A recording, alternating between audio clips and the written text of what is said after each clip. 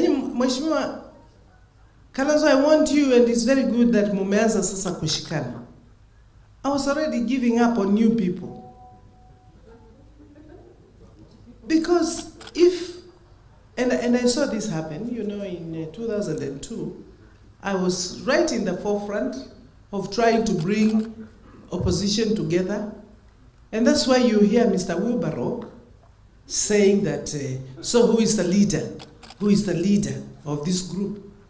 Simply because at that time, even in 2002, during Kibaki, Wamalo, and myself, they never saw a clear leader.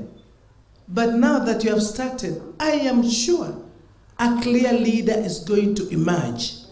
And you certainly not, because you don't want to be defeated.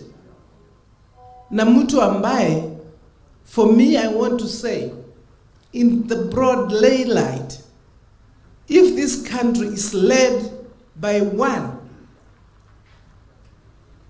William Samoei Ruto, this country is finished. Finished. If he was in our midst, I would tell him as much. He understands nothing about development.